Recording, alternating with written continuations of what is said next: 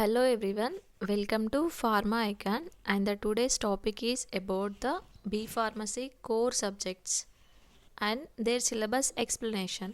Here the first subject is Pharmaceutical Inorganic Chemistry. So what is Pharmaceutical Inorganic Chemistry and its contain how many units along with their topic wise explanation. So first of all, why we need to study Pharmaceutical Inorganic Chemistry as a Bachelor of Pharmacy subject. Here means first, what is inorganic chemistry? So the inorganic chemistry is mostly deals with the compounds containing other than carbon substances. So what are the substances which are not categorized under carbon compounds? So that compounds are called as an inorganic compounds, and that study is inorganic chemistry. So why we need to study this pharmaceutical inorganic chemistry means what are the substances, inorganic compounds. So what that substances to be used and how it can be used in the pharmaceutical products preparation for the treatment of the disease. So okay, next the first unit, the topics are impurities present in pharmaceutical substances. First of all, what are impurities? So the impurities means the substances other than the useful products are called impurities, like any chemical substances like chlorides, phosphates, and other substances. So these are all called impurities. So what are the impurities present in pharmaceutical preparations? So we can easily identify them by performing the different types of tests. So the tests are called limit tests. Next, history. History of pharmacopoeia along with the sources and types of impurities. First of all, what is pharmacopoeia? So the pharmacopoeias means it is a standards. The standards books we refer for the preparation of any pharmaceutical substances along with their adverse effects and other important information from those pharmacopoeias. And in that books also we found the sources and types of impurities. So in the pharmacopoeias they are already listed the what are the sources and how many types of impurities are present. So next, these pharmacopoeias contain different types of monographs. So what is a monograph? The monograph means it is a single book which is mostly specialized to the only particular subject. Okay, these are called monographs. Next, what are the latest editions of pharmacopoeias? So the year wisely they are changing the different types of pharmacopoeias. How many types of pharmacopoeias are there? Actually, there are Indian pharmacopoeia, USP, United States of Pharmacopoeia, and BP, British Pharmacopoeia. So these are the different types of pharmacopoeias are there. According to the year wise, they will be changed their amendments. Okay. Next, what is the principle involved in the limit test? First of all, what is limit test? The limit test is mostly used for the presence of impurities present in the pharmaceutical substances. So what is a limit test? Limit test is mostly to identify the impurities. How many types of limit tests are there here? The limit test for chlorides and limit test for the sulfates, limit test for the iron and limit test for the arsenic along with the limit test for the lead. Along all these limit tests, we also perform limit test for heavy metals also. Okay, and how do we perform? First of all, first we need to understand what is a limit test, and then we know how to the limit test is performed. First we see how the limit test for chloride to be performed. First, what is limit test? So in chlorides, first the chloride is treated with the AgNO3. AgNO3 what? AgNO3 is a silver nitrate.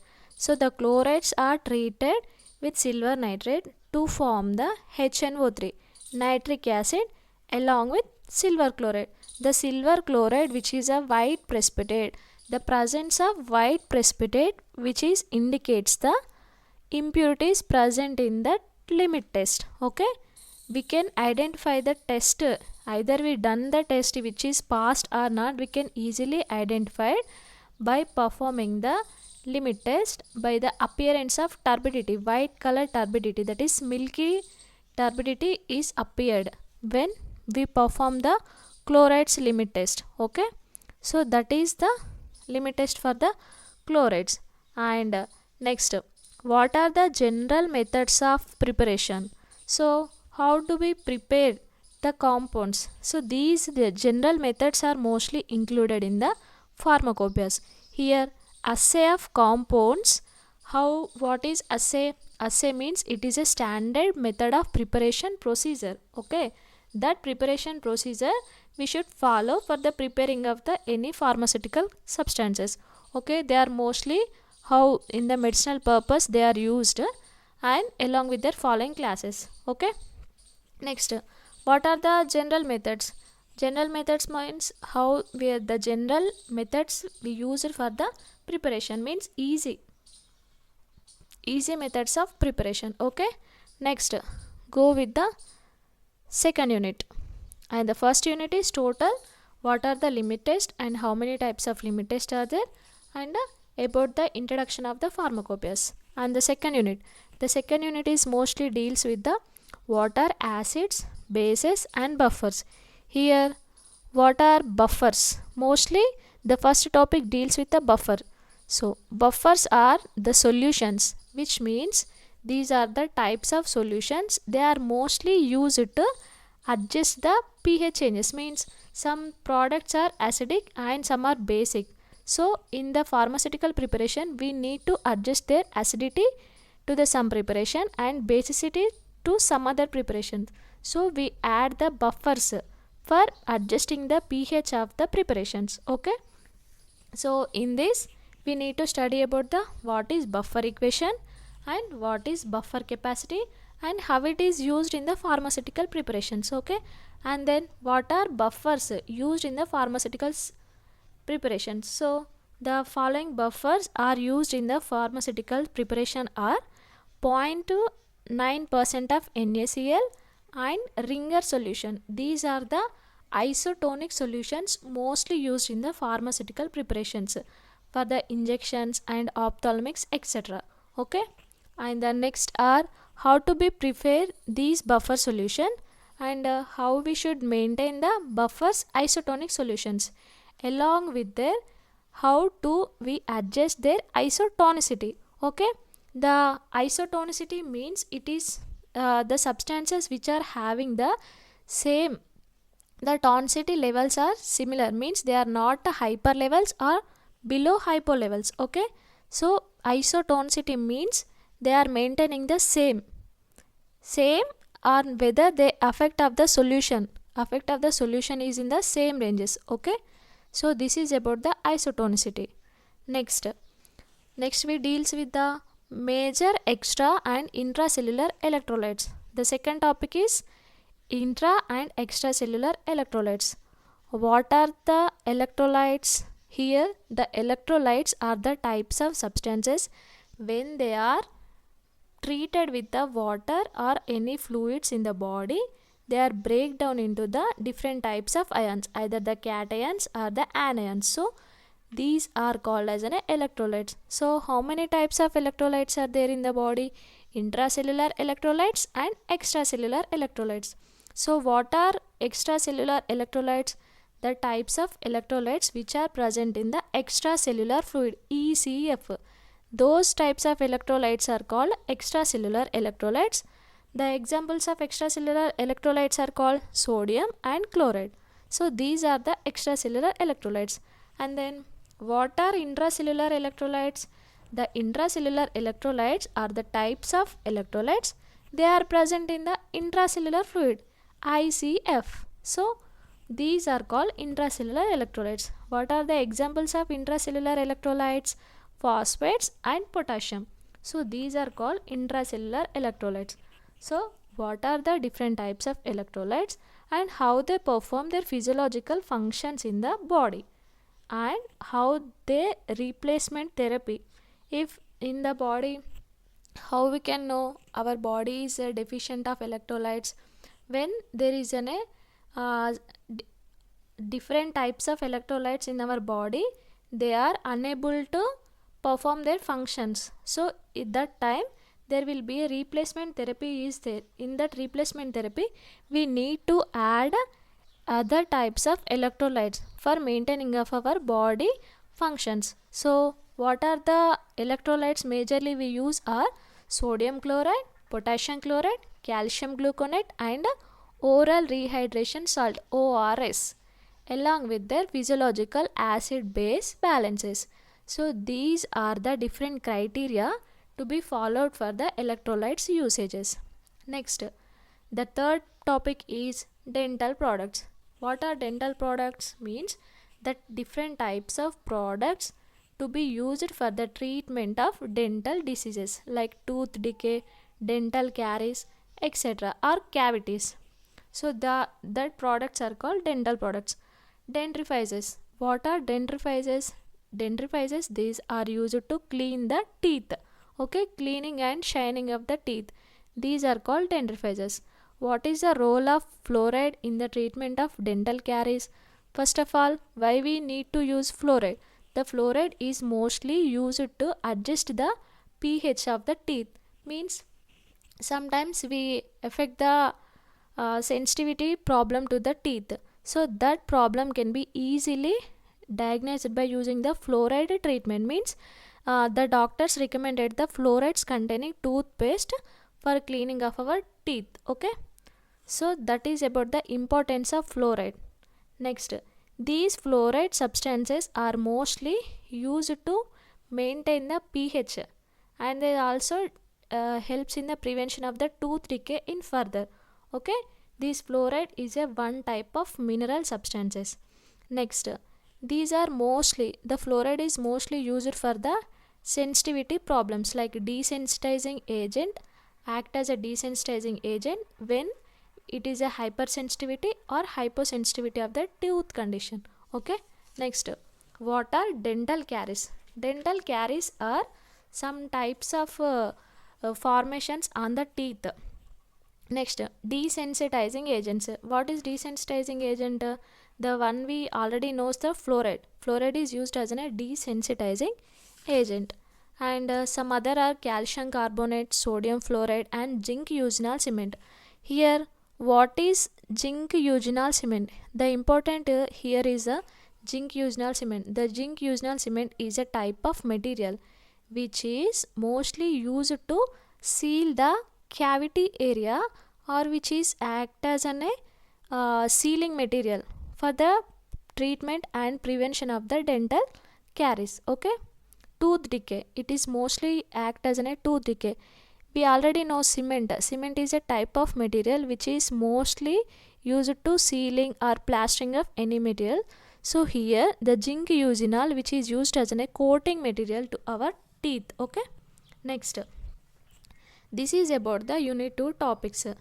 In unit 2 we need to know about the acid bases buffers along with their intracellular extracellular electrolytes and what are the dental products. Okay, next, unit 3 topics. Here the unit 3 topics are gastrointestinal agents. What are the gastrointestinal agents? How we can identify them? First of all, the gastrointestinal agents are what? These are the types of substances which are mostly used for the treatment and prevention of the gastrointestinal disease like digestive system disease. Okay, they are mostly, what are the digestive system disorders are like acidity and stomach ulcers along with the other diseases. Okay, first of all, the first topic in the gastrointestinal agents, they are acidifiers. What are acidifiers? Means acidifiers are the substances, they are mostly used to maintain the gastric pH. Means the in the stomach they are every time they releases the acids like by using the gastroesophageal reflex. Okay, so we need to balance their pH levels by using the acidifiers. And the examples of acidifiers are the ammonium chloride and the dilute HCl. So by using these acids we can maintain their pH. Okay, next, the they are the reduce the pH of the gut. Acidifiers are reduce the pH of the gut. Next, antacids. Antacids, what are antacids? In day-to-day life, we use the antacids for the reduction of the ulcer capacity in the stomach. Okay, but these antacids are they are act against the acidity levels. Okay, they are act against means they are reduce or suppress the acidity level in the body. Okay, so these what type of antacids we are used mostly, like sodium bicarbonate, aluminum hydroxide gel, magnesium hydroxide mixture. These are the very essential important antacids in day-to-day life we are using every day. Okay, so some type of antacids are used by combinations. So those antacids are called combination types of antacid. Okay, these mostly the antacids are used every day for reducing the acidity levels. What are catharetics? Catharetics are one types of the laxatives, means they are mostly used for the treatment and prevention of the some digestive disorders like constipation, etc. Okay, first catharetics examples are mostly magnesium sulfate, sodium orthophosphate, kaolin and bentonite. These kaolin and bentonite are the natural substances. Okay, bentonite is mostly used for the laxative purpose. Next, the next topic is about the antimicrobials. What are antimicrobials? Anti means opposite or act against. These are the substances which are used to prevent or kill the growth of the microbes. So these are called antimicrobials. So what is the mechanism involved in the antimicrobial activity and how they are classified, and what is the mechanism behind there, and how many substances are used to act as an antimicrobials. The example for antimicrobials are potassium permanganate K2MnO4 and boric acid, hydrogen peroxide, chlorinated lime, iodine and along with its preparation. So these are the different types of agents act as an antimicrobials. Here boric acid. The boric acid is a very known acid to kill the growth of the microbials. And hydrogen peroxide. Hydrogen peroxide which is mostly used for the ophthalmic preparations for stabilizing the product. Next, chlorinated lime, that is bleaching powder. Bleaching powder is mostly used to kill the disinfectant area. And iodine along with its preparations. These are the different types of antimicrobial agents. They are mostly used for the killing of microbes. Okay, next, fourth unit. Here the topics under the fourth unit are first of all miscellaneous compounds. Here what are miscellaneous compounds? Miscellaneous compounds are type of compounds which are mostly consisting of a single or more than one compound, which are structurally different compounds. Due to that they are possess the different properties in their physiological activity. Okay, they are having the similar atomics or isotopes, but they are different in their activity. So these are called as a miscellaneous compounds. Okay, next, in the category of miscellaneous compounds they are expectorants. So what are called expectorants? Expectorants are mostly used to expel out anything from the body. Okay, these are called expectorant. Mostly the examples of expectorants are potassium iodide or ammonium chloride. These are the two agents act as an expectorants. In this expectorant we need to study about their potassium iodide preparations and their categories. Next, emetics. What we are called as an emetic or act as an emetic agent. Emetic means the substances are causes the vomiting. These emetics are mostly used in the poisons treatment. When a person taking the poison, we need to use emetics for expel out the amount of poison from the body. Okay, they are mostly copper sulfate, sodium potassium tartarate. So these are the two different chemical agents act as an emetics in the body. Okay, next, what are hematonics? Hematonic means hema means hemoglobin, means The word here represent the heme containing substance. Okay, these are hematonic substances which are mostly used to increase the hemoglobin content in our body. Okay, the examples of hematonics are ferrous sulfate and ferrous gluconate. Here the ferrous is mostly used to increase the iron levels in the body. Iron means what? They are ultimately hemoglobin. So here these are the two substances which are mostly used to increase the iron levels in the body. Next, other category are poison and antidote. What is poison? If any substance is taken in the limits, means like particular dose, they can be act as a drug. Other than the dose of the level extreme, means we can use the more amount, so that leads to the poison condition. Means other than the recommended level we should take anything that leads to poison.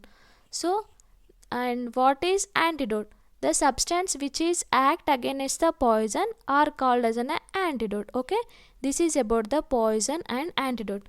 What are the substances act as an antidote? Here sodium thiosulfate, activated charcoal and sodium nitrate.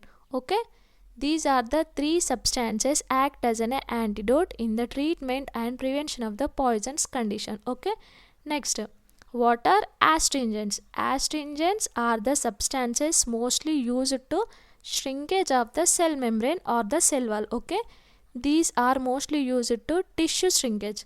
So what are the substances act as an astringents are zinc sulfate and potassium alum. These are mostly used as an astringent. So this is the fourth unit topics we need to cover. Next, fifth unit topics. So these are the very less topics in the fifth unit. We are mostly concentrate about the radiopharmaceuticals. What are radiopharmaceutical? We need to study about in the fifth unit. Okay, so what is radiopharmaceuticals? Means they are mostly used when the radiation of the compounds, when a compound is subjected to the radiation, they need to eliminate some of the compounds from that radiation. Okay, that compounds are mostly used in the pharmaceutical preparation for the treatment of any disease. Okay, so in these radiopharmaceuticals, first of all we need to study about the radioactivity along with the measurement of radioactivity. So what is the radioactivity? The radioactivity is type of activity can be detected when the compound is subjected to certain type of energy. They need to release the amount of radiations. The substances need to release the compounds from that source of radiation. Okay, so that is called as a radioactivity, and we need to measure the properties of the radiation and half-life of radiation and radioisotopes. What are isotopes? Isotopes means the compounds which are containing the same number of protons. Okay, so these are called isotopes, and we need to study about the radioactive isotopes. So what are the different types of radioactive isotopes we need to use in the pharmaceutical preparation are sodium iodide, that is I-131. This is an important radiopharmaceutical agent. Next, storage conditions and precautions, and along with the pharmaceutical applications of radioactive substances. Why we need to use the radioactive substances in the pharmaceuticals. Okay, this is about the fifth unit. So here we need to explain the total 5 units topics in the what are the topics in the pharmaceutical inorganic chemistry along with their side topics. Okay, so this is about today's session. So thank you. Please do subscribe Pharma Icon.